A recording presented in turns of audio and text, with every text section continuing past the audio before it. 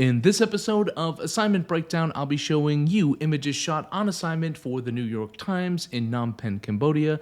The story was focused on allegations of abuse made by former prisoners in the Cambodian prison system by the guards that were working there. The access was challenging, but perhaps not in the way that you might anticipate. So I'll walk you through the entire assignment, show you some of the difficulties that I faced, show you how I overcame those difficulties. I'll show you pictures along the way, give you some tips, and I'll conclude by sharing my 5 favorite images from the assignment. So make sure you stay tuned until the end. If you're new here, my name is Justin Mott, and I'm a professional photographer based here in Hanoi, Vietnam, covering assignments globally for the past 2 decades. Yeah, I'm getting old. Today's episode is brought to you by my online store where you can sign up for my 2024 December Northern Vietnam Photography Workshop. 5 participants only. It's a very intimate workshop aimed at having a lot of fun and helping you improve your photography. This is open to all levels of photographers interested in all genres of photography. And it's not just photography either. Your belly will be happy as my wife joins me on the workshop and shows you the best food here in Northern Vietnam while I gently kick your butt and help you improve your photography. All the details are in the description box below. Remember, only 5 participants only, so sign up now. Okay, so the assignment was for the New York Times. The way it works is I typically get an email telling me a little bit about the story and maybe a rough idea, sometimes just the dates and location, and then I make the call if I'm interested in the story and if I'm available. Usually if it's the New York Times, I simply say yes. And once I agree, then I get the full details of the story and I get connected with the writer who may or may not be joining me for the story. Typically in the past, we would work together. Often nowadays, you work separately. So for this story, I would be working directly with the staff writer out of Bangkok, Seth Midens. He has since this story become a mentor and a dear friend of mine. His father was Carl Midens, a famous photographer for Life magazine. So yeah, there was a ton of pressure on me, as there always is on every assignment, just because like the New York Times level of photography is up here. But for a writer who I didn't know well at the time, whose father was a famous photographer, yeah, there was a lot of pressure on me. And in addition to that too, my editor told me, well, Seth's the guy in your region, so you better please him because like as a freelance photographer, you're here, and as a staff writer, you're here.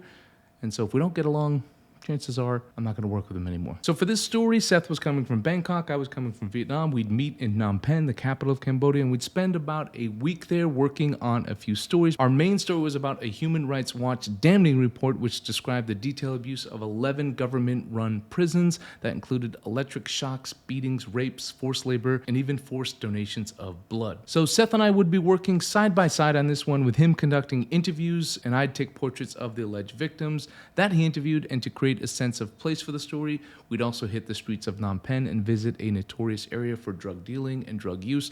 Not the safest story, but I was young, focused on my job only and not my safety, so I didn't really think twice about it. Some of the victims allowed Seth to interview them, but photography initially was off the table.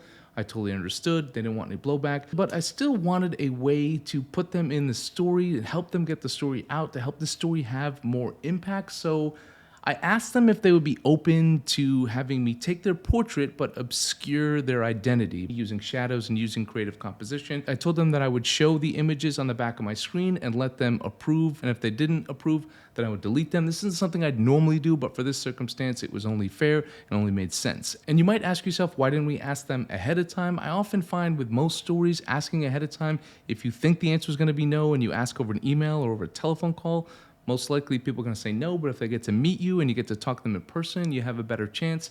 And that's what happened in this situation. After talking to them for a bit, they agreed. I had to think quickly on my feet how to creatively still get a nice portrait, a New York Times level portrait, and a portrait that would impress Seth, whose father was a famous photographer, and also obscure their identity. So I looked around, I saw some pockets of light. It wasn't the best time of day to be shooting, but I saw a few pockets of light coming through the roof, and I decided to put my subjects in that light and just kind of work creatively with different exposures, drastically underexposed, showing their eye but not their face, sometimes showing their face but not their eyes. And then again, approving every single shot with them and seeing if they gave me the thumbs up or thumbs down, whether they were okay with that photo being published. But we weren't done there. Also had to get some shots of the drug rehab center. And then the hardest part, we had to hit the streets and go to a neighborhood and document sort of the drug scene there. People injecting drugs, people sniffing glue, and then people dealing drugs as well. And this is a pretty rough neighborhood, like I said. Luckily for us, the NGO introduced us to these guys who were former gang members in the US. They were deported to Cambodia. It was quite a sad story. It's a whole other story. But But these guys spent their entire lives in the US, but they weren't technically US citizens. So when they were convicted of felonies in the US, they were deported back to Cambodia. These guys had transformed their lives and actually now we're focused on helping people on the street get off drugs. And they were our access to the streets. And these guys brought me around. They were really intimidating looking guys, bunch of tattoos, scary looking guys, but they were very nice. Never judge a book by its cover. They were extremely nice. And they just walked with me through the streets. I was able to capture some pretty graphic images of people shooting up heroin, sniffing glue, and just extreme poverty as a whole. I got a bunch of shots in about an hour. And then I think word got around, there was like 2 foreign journalists in the area, so the police came by to sort of save face and make it look like they were breaking it up. They weren't really, I was told they never come there. But we didn't want any trouble with the police. Every country is different. I mean, you could get deported, or even worse, you could be thrown in jail. I mean, we weren't there working as registered journalists, so you can get in trouble for that kind of stuff. Like I said, every country is quite different, but didn't want to risk it. I've had some trouble in the past, so I just decided to put my camera away, and we got out of there. That helped me complete my entire story. That gave me what I needed, which was the scene, the drug scene there in Cambodia, portraits of the victims, and I feel like I was able to tell a real cohesive story in a couple days. After that, Seth and I did a couple other stories. We did a story on land eviction that never got published. But I took photos, still get paid, don't worry you guys. And people are like, do you still get paid for that? Yes. For those of you interested in how I get paid a day rate. So every day that I'm there, every day the writer wants me there, I'll stay. Of course, it typically has to be approved by the photo editor. So I get paid all my expenses plus my day rate. So yeah, I don't pay for my flights and my food and my hotel or anything. They pay for all that. So I sat down with Seth, I captioned my images, I double checked with him, make sure we had everything factually correct.